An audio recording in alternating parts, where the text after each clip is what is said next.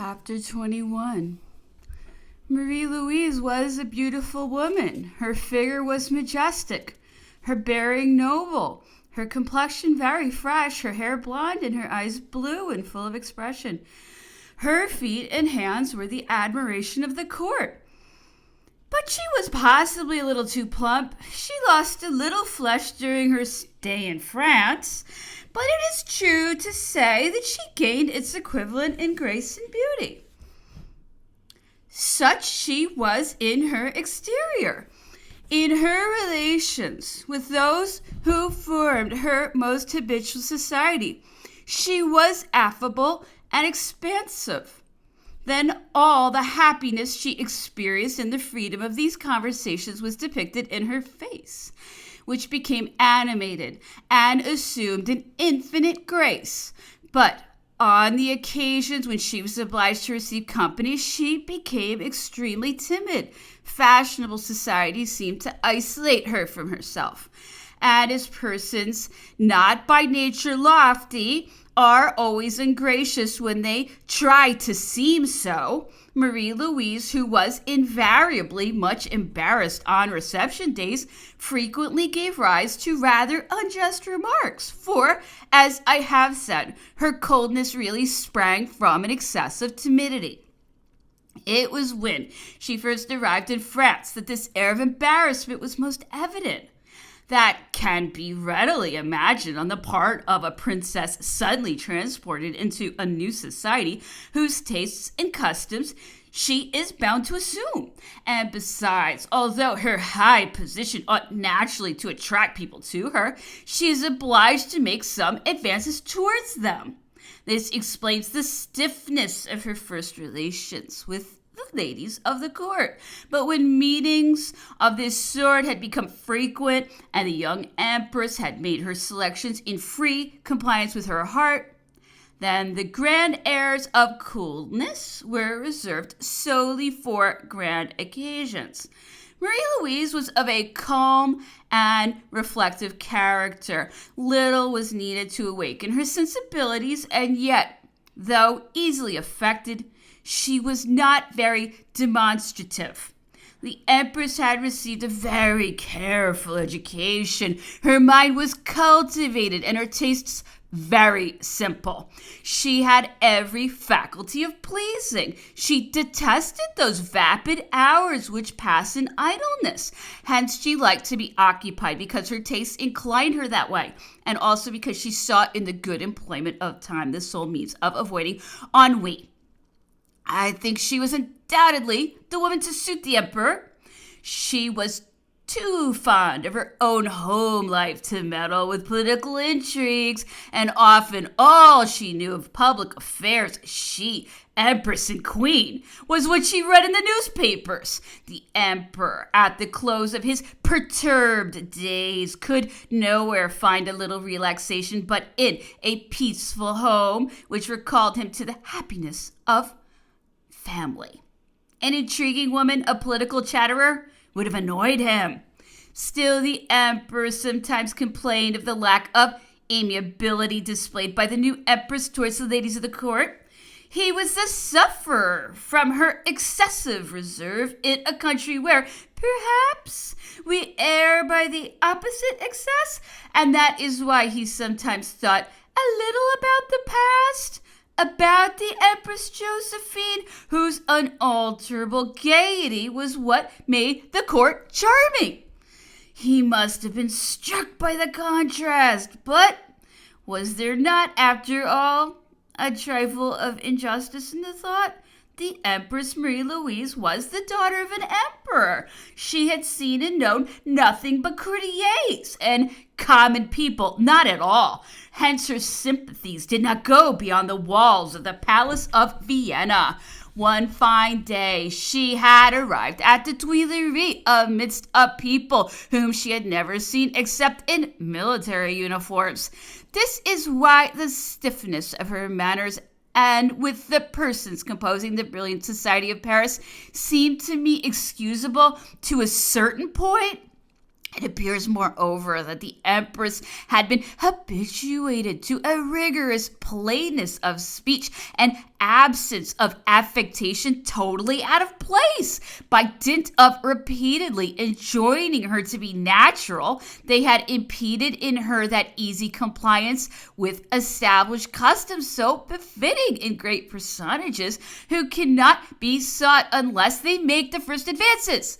The Empress Josephine loved the people because she had belonged to them. On ascending the throne, her native kindliness had everything to gain because it found a wider field. Being so good as she was, the Empress Marie-Louise must have tried to make others happy. People long talk of her beneficence, and above all of her delicate way of doing good. Every month she laid aside 10,000 francs for the poor, from the sum appropriated to her toilette. Nor did her charity stop there. She always welcomed with keen interest all who spoke to her of unfortunate persons to be assisted. By the alacrity with which she went to listen to solicitors, you would have thought she had suddenly been reminded of a duty. And yet it was merely the sensitive chord of her heart that had been touched. I do not know whether anyone ever met a refusal from her for a request of this description. The emperor was profoundly moved whenever he heard of one of her beneficent actions. At 8 o'clock in the morning, the curtains were drawn aside and the blinds half opened in the apartment of the Empress Marie-Louise. The journals were handed to her, and she ran them over. Next, she was served with chocolate or coffee and a sort of pastry, which was called the conque.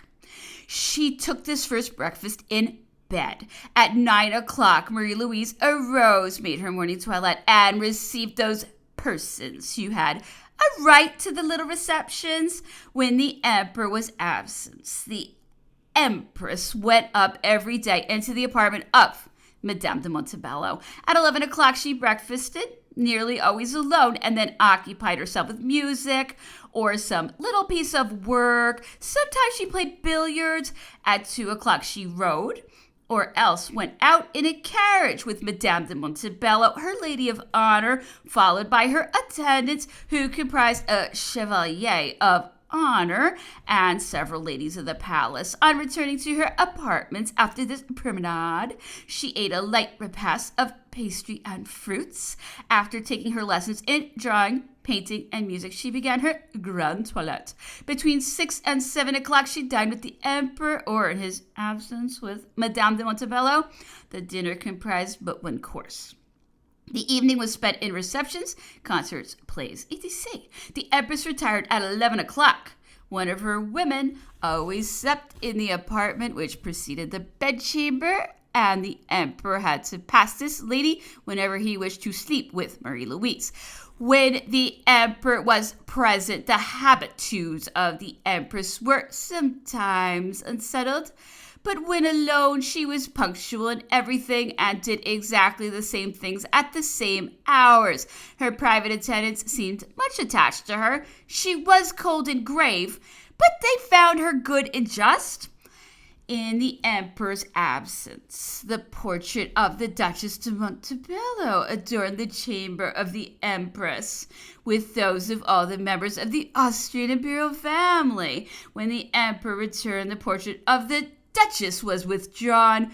During the war that took place between the emperor and the emperors of Austria and Russia, the portrait of Francis was removed from his daughter's apartment by His Majesty's orders and was, I think, put in penitential retirement in some hidden place. The King of Rome was a very handsome child, but he resembled the emperor less than the son of Queen Hortense did. His features presented a very agreeable blending of those of his father and mother. I knew him only in his early childhood. What was most noticeable in him at that age was a great goodness and strong attachment for those who surrounded him. He was very fond of a young and pretty person, the daughter of a first lady, Mademoiselle Fanny Soufflot, who seldom quitted him. He always wanted to see her well dressed and would ask the Empress Marie-Louise or his governess, Madame the Countess de Montesquieu for trifling pieces of finery which he thought pretty and wished to give to his young friend. He made her promise to follow him to war when he should be big, and addressed her in those charming words which portray a kindly heart. A young child, likewise, belonging to a first lady, had been left with the little king, as he called himself. I think it was Albert Fremont. One morning, when they were playing together in the garden on which the king's apartments at St. Cloud opened, with Mademoiselle Fanny Soufflot watching them, but not interfering with their plays, Albert wanted the king's wheelbarrow. The latter would not give it up, and Albert struck him. The king said to him at once, "If anyone saw thee, but I won't tell." I believe this trait was characteristic. One day he was at the windows of the chateau with his governess, greatly amused in watching the people go by, and pointing out to her with his finger all that most attracted his attention. In looking down below his window, he saw a woman in mourning who held by the hand a little boy of 3 or 4 years. This child had a petition in his hand which he was showing to the prince, and seemed entreating him to receive it. The black closed puzzled the young prince greatly. He asked his governess why that poor fellow was dressed all in black. "Doubtless because his father is dead," replied the governess. The child displayed a great desire to speak to the little solicitor.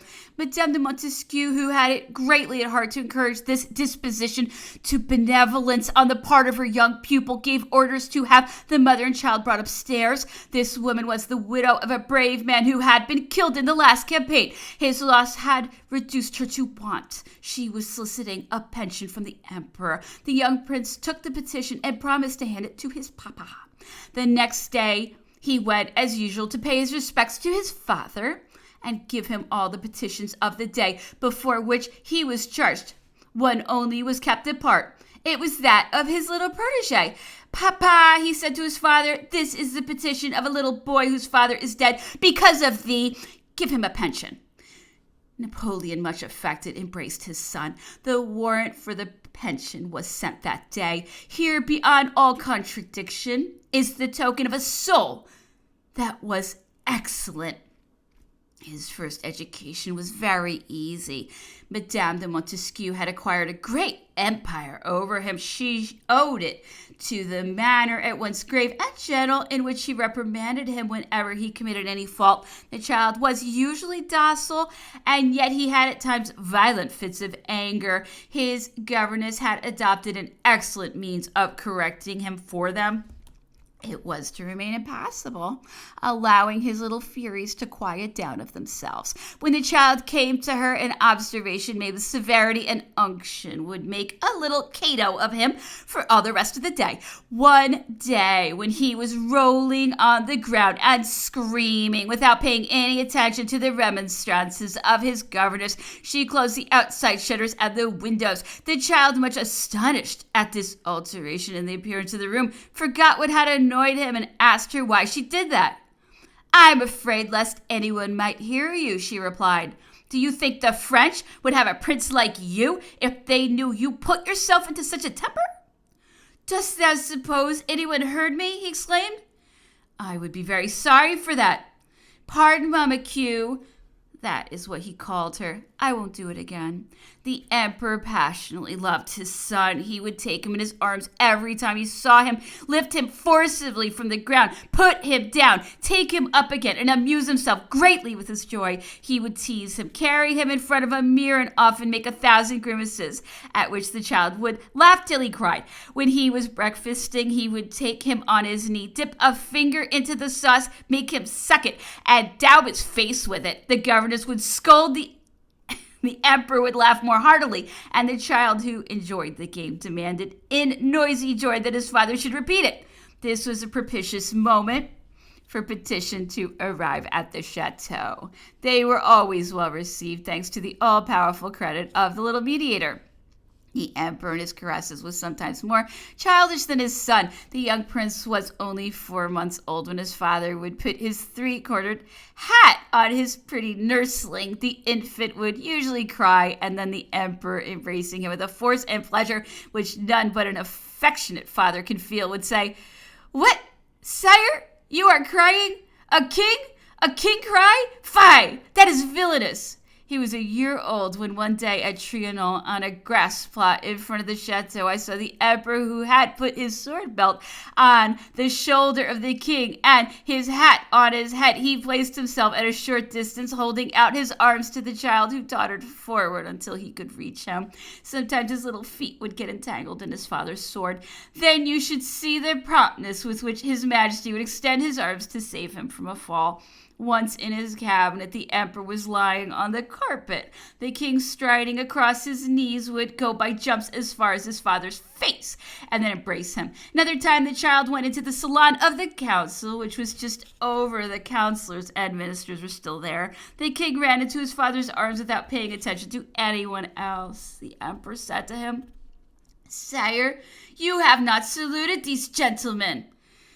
The child turned round, saluted with grace, and his father lifted him in his arms. When he came to see the emperor, he would run into the apartment in a way that left Madame de Montesquieu far behind.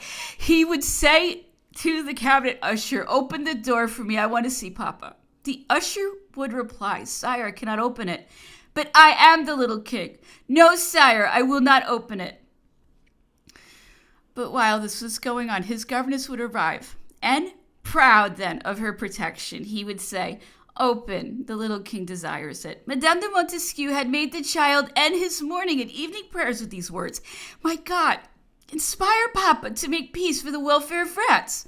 One day when the emperor was present at his son's bedtime, he made the same prayer. The emperor embraced him, said nothing, but smiled in a manner full of kindliness as he looked at Madame de Montesquieu. The emperor would say to the king of Rome, when he had frightened him by his noise and his grimaces, How's this? A king ought not to be afraid." I remember another anecdote concerning the emperor's young son, which was told me by his majesty himself one evening when I was undressing him. As usual, the emperor laughed heartily over it. "You would never guess," said he to me, "the singular recompense that my son has requested from his governess for having been very good. He wanted her to let him go and dabble in the mud." The thing was true, and it seems to me to prove that the grandeurs with which the cradles of princes are surrounded is not sufficient to destroy the strange oddity often found in the caprices of children. Chapter 22. Everybody has heard of the Abbé Geoffrey of satiric memory and of those feuilletons, which were the despair of the authors and actors most in vogue at this epoch. This pitiless Aristarchus must have been heartily in love with his captious profession, for he sometimes risked upon it, not his life, as many people might have desired, but at all events his health and his repose. No doubt it is all very well to attack those who can defend themselves with the pen, then the consequences of the tilt do not go beyond the ridicule which frequently results for both adversaries. But the Abbé Geoffrey fulfilled only one of the conditions in virtue of which one may be a spiteful critic. There was a great deal of gall in his style, but he was not a man of the sword. Now it is known that there are people before whom it is not safe to present one's self without both these arguments. One of these actors, whom the Abbé Geoffrey had not precisely spoiled by praise, desired to avenge himself in a piquant manner, which would make people laugh for a long time. One evening at the close of the play, foreseeing perhaps what he might expect in the next day's feuilleton, no better plan occurred to him than that of abducting the terrible Geoffrey after he left the theater and taking him blindfolded into a house where he would inflict upon him, a master in the art of writing, the punishment of a schoolboy. Thus it fell out at the instant when the abbé was regaining his lodging, rubbing his hands perhaps as some biting expression occurred to him for the next day's paper. 3 or 4 vigorous fellows seized and carried him without saying a word to the place of torment. That same evening, the abbé, soundly flagellated, opened his eyes in the middle of the street, where he found himself alone and far away from his domicile. The emperor, to whom this pretty trick was mentioned, did not find it laughable in the least. Far from that, he flew into a rage and said that if he knew the author of this iniquitous deed of violence, he would have him punished. When a man attacks with the pen, he added, he should be replied to in the same way. The truth is, moreover, that the emperor liked Geoffroy very much and would not have his feuilletons submitted to censorship like those of other journalists. They said in Paris that this predilection of a great man for a venomous critic arose from the fact that the feuilletons of the Journal of the Empire, to which people paid much attention at this period, were a useful diversion afforded to the wits of the capital. I do not know anything positive about this, but when I remember the character of the emperor who was unwilling to have people concern themselves with his policy, these rumors do not appear to me entirely without foundation.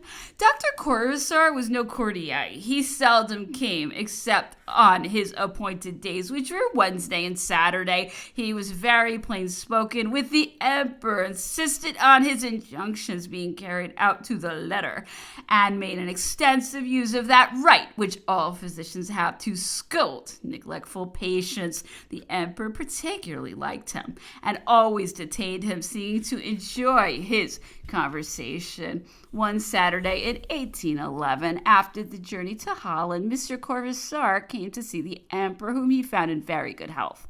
After the toilette, he went away at once to his country seat to indulge in the pleasure of hunting, which he was prodigiously fond of. It was a habit of his never to tell anyone at home where he was going, so as not to be disturbed for trifles, as had already happened to him, for in other things the doctor was full of obligingness and devotion. One day after his breakfast, which as usual he ate very fast, the emperor was suddenly attacked by a violent colic and general uneasiness. He asked for Mr. Corvisart, and a courier was sent at once in search of him. Not finding him in Paris, he spurred his horse and went on to the doctor's country seat. But the doctor was out hunting, and no one knew in what direction. The courier came back without him. The emperor was extremely annoyed. He was suffering much. Finally, he went to bed, and Marie-Louise came to spend some minutes beside him.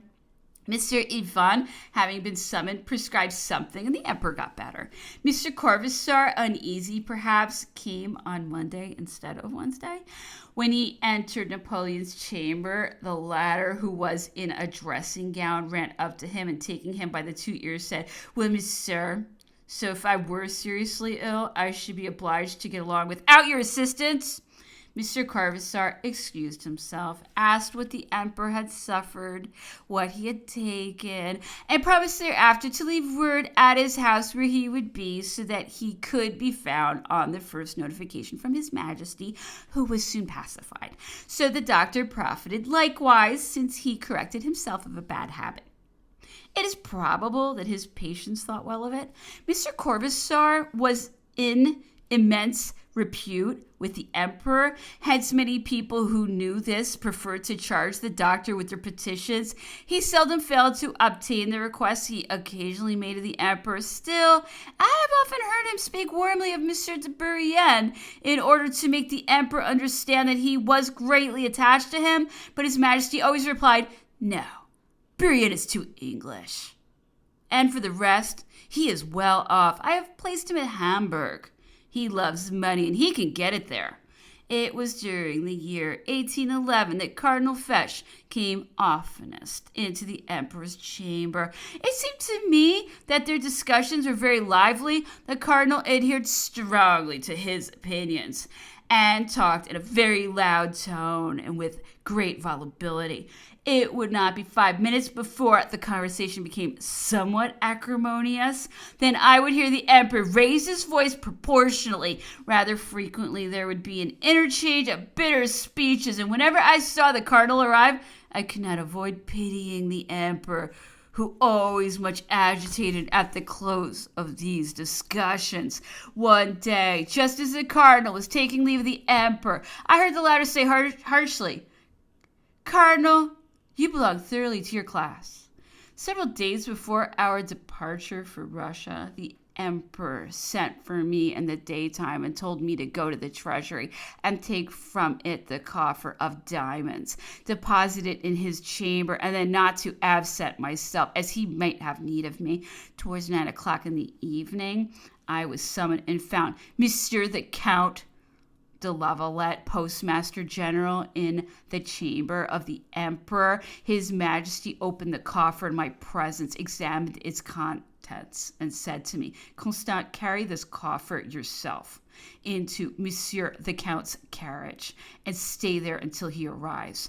The carriage was at the foot of the great flight of steps in the court of the Tuileries. I had it open and got into it. I waited until 11:30 for Monsieur de Lavalette to arrive. I could explain to myself the reason for this precaution of giving the diamonds to Monsieur de Lavalette, but it was certainly not without a motive. The coffer contained the sword in whose pommel the regent was set. The hilt was enriched with very costly diamonds. The grand collar of the Legion of Honor, the stars, the hat band, the unfringed epaulettes, the button of the coronation coat, the buckles of the shoes and garters, all the objects of immense price. A little while before we set out for Russia, the Empress Josephine sent for me. I went at once to Malmaison, where this excellent woman again pressed upon me the most urgent precautions concerning the Emperor's health and safety. She made me promise that if the least accident befell him, I would write to her, as she wished above all to be sure of knowing the truth. She wept a great deal, talked constantly about the Emperor, and after an interview that lasted more than an hour, and in which she gave full vent to her sensibility, she presented me with her portrait, painted by Saint on a gold snuff box. My heart was heavy when I came out from this interview. Nothing, in fact, was more affecting than this woman, disgraced and yet always loving, anxious for the man who had abandoned her, and better than that, interesting herself for him as the most tenderly loved wife would have done. On entering Russia, a thing I speak of here in accordance with the order of my souvenirs, rather with that of time, the Emperor dispatched attendants from the picked gendarmerie on 3 different routes in order to prepare lodgings, beds, canteens, etc. in advance. These were Monsieur Sarrazin, Adjutant Lieutenant Vergis Moulin, and Lieutenant Pachot. Besides, I shall devote an entire chapter later on to our itinerary from Paris to Moscow. Sometime before the Battle of Moskva, a man was brought into camp wearing a Russian coat but speaking French. At least there was a singular medley of Russian and French in his language. This man had furtively escaped from the enemy's lines. When he perceived that our soldiers were at a very short distance from him, he had left the ranks and thrown away his musket, exclaiming with a very strongly marked Russian accent, "I am a Frenchman." Our soldiers had made him prisoner. Never was a prisoner more enchanted with his change of domicile. The poor wretch seemed to have taken arms in the service of his country's foes entirely against his will, and he declared himself the happiest of men when he arrived in the French camp because he had found his compatriots once more. He shook hands with all our soldiers with a freedom that pleased everybody. He was led to the Emperor. He seemed greatly intimidated on finding himself in the presence of the King of the French, as he styled his Majesty. The Emperor interrogated him a long time. He said that the sound of the French cannon had always made his heart beat, that he had dreaded only one thing, namely to be killed by his own countrymen. According to what he told the Emperor, he appeared to be one of those men of whom there are so many who find themselves transported to a foreign land by their family without ever thoroughly understanding the reasons for their emigration. His father had carried on some low kind of mechanical occupation in Moscow and had died, leaving him without resources or prospects. To gain his bread, he had become a soldier. He said that the Russian military discipline was one of the great reasons which had incited him to desert. He added that he had courage and strong arms and that he would serve in the French army if its general would permit. His candor pleased the Emperor, who desired to obtain from him some positive information as to the state of public feeling in Moscow. It was learned from his more or less intelligible revelations that a great agitation was prevalent in this ancient capital. He said you could hear people shouting in the streets, "Enough of Barclay! Down with the traitor, the coward! Long live Kutuzov!" The merchant class, which had great influence because it was generally the most wealthy, complained of a temporizing system which left things in an unsettled condition and compromised the honor of Russian arms. They could not forgive the emperor for placing confidence in a foreigner, while old Kutuzov, who had the blood and soul of a Russian, occupied a secondary position. The Emperor Alexander had not heeded these energetic remonstrances. Finally, however, armed by the symptoms of revolt that were manifested in his army, he had yielded. Kutuzov was appointed generalissimo. Moscow had been illuminated in rejoicing over this important event.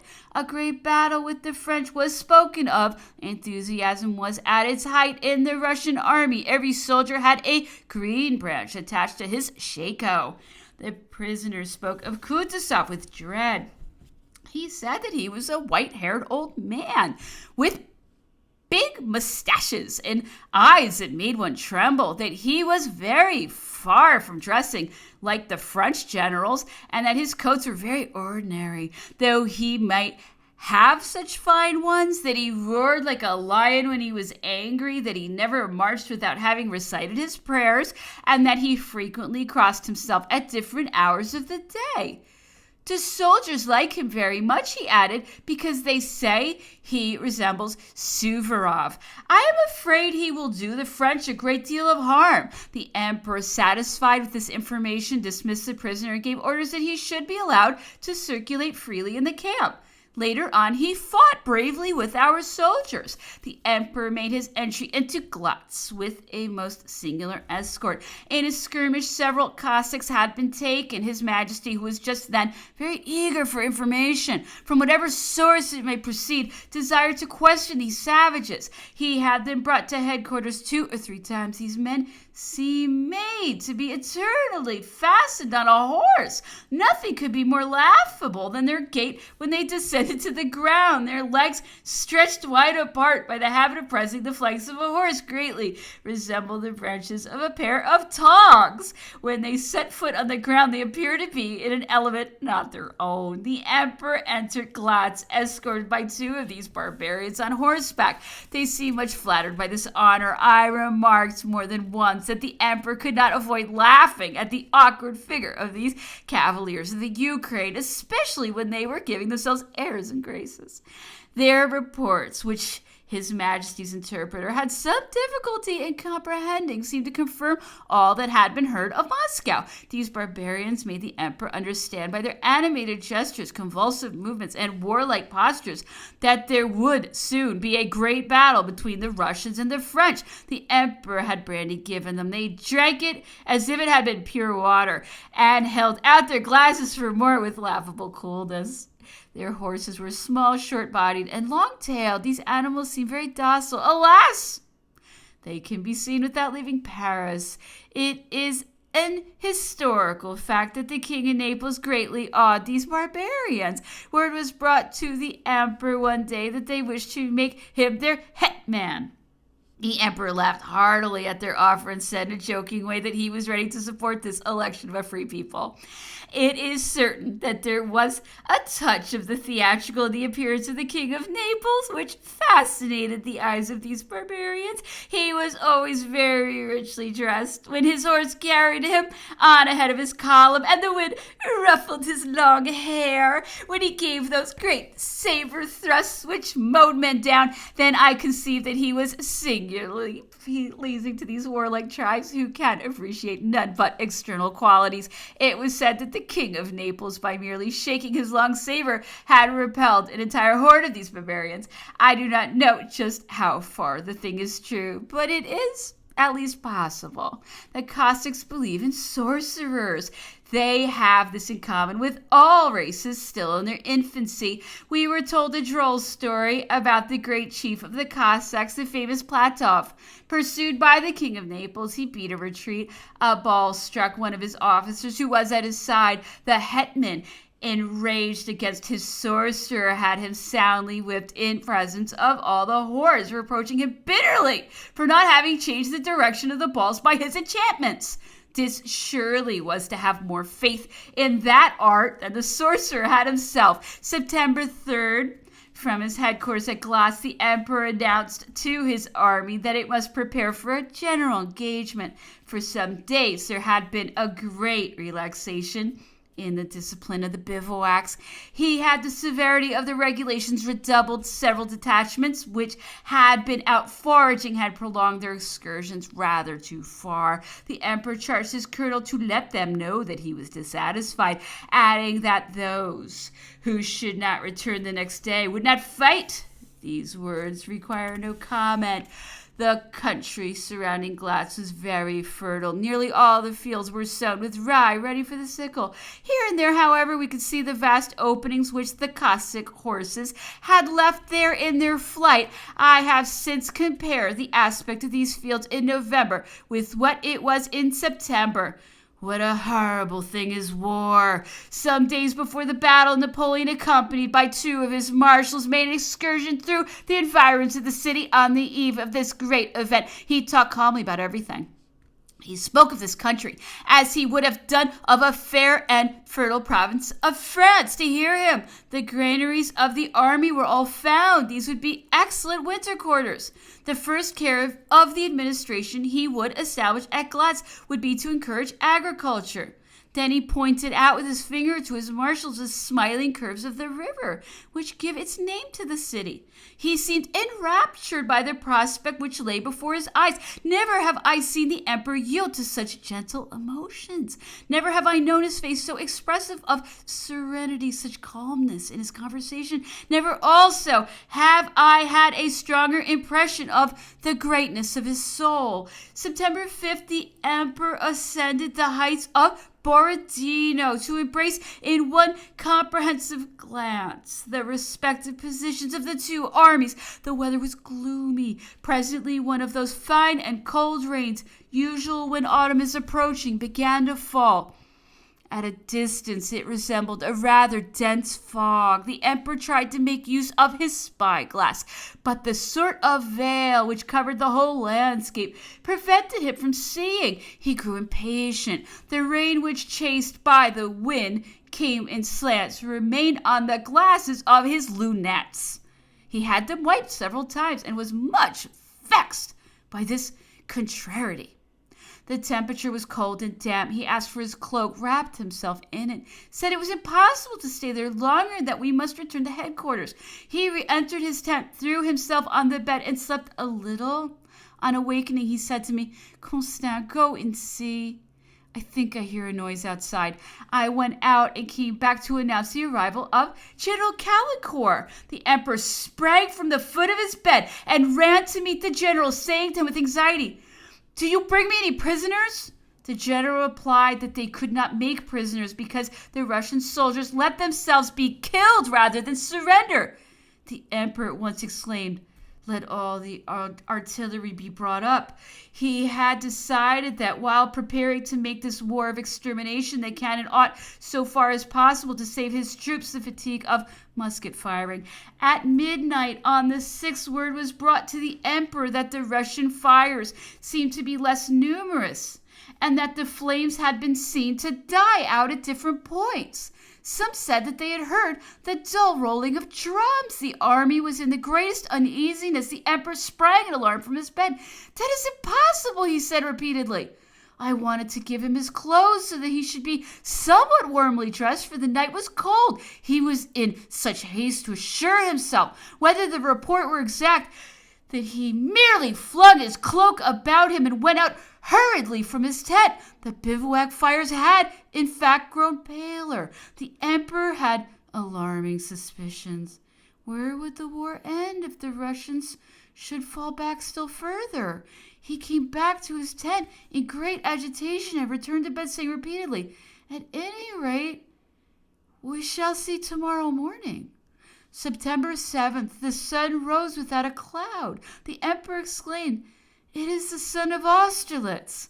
This saying of the emperor was quoted to the army and repeated by the soldiers with enthusiasm. The roll was beaten, and the following order of the day was read. Soldiers, behold the battle you have so desired. Henceforward the victory depends on you. It is necessary to us. It will give us abundance, good winter quarters, and a prompt return to our country. Behave as you did at Austerlitz, at Friedland, at Vitebsk, at Smolensk, and may your remotest posterity point with pride to your conduct on this day, and say of you, he was in the grand battle under the walls of Moscow. The army responded by reiterated acclamations. The emperor had dictated this proclamation several hours before the battle. It was read in the morning to the soldiers. Napoleon was on the heights of Borodino when his ears were greeted by the enthusiastic shouts of the army. He was standing with his arms crossed and the sun shining full in his eyes, as well as the reflection of the French and Russian bayonets. He smiled and then became serious until the affair was ended. The portrait of the King of Rome was brought to Napoleon on that day. He needed so sweet an emotion to divert him from his great anxieties. He held the portrait for a long time on his knees, contemplating it with rapture. He said it was the most agreeable surprise that had ever been given to him. He repeated several times in an undertone, "My good Louise, it is a charming attention."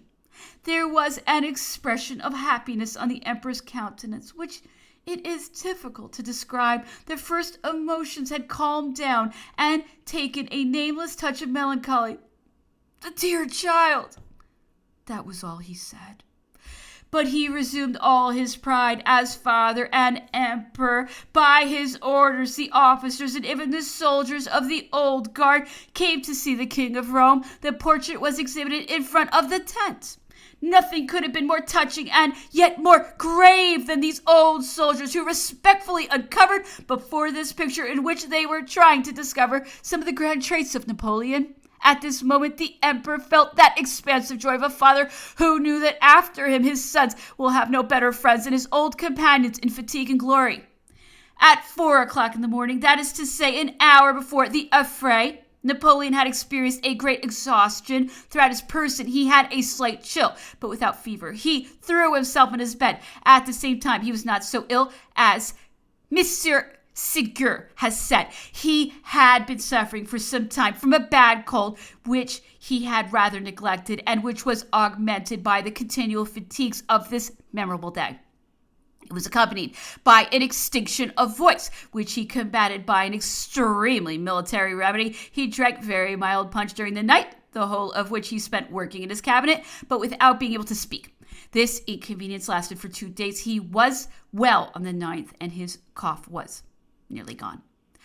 After the battle, out of 6 corpses, 1 was French and 5 Russian.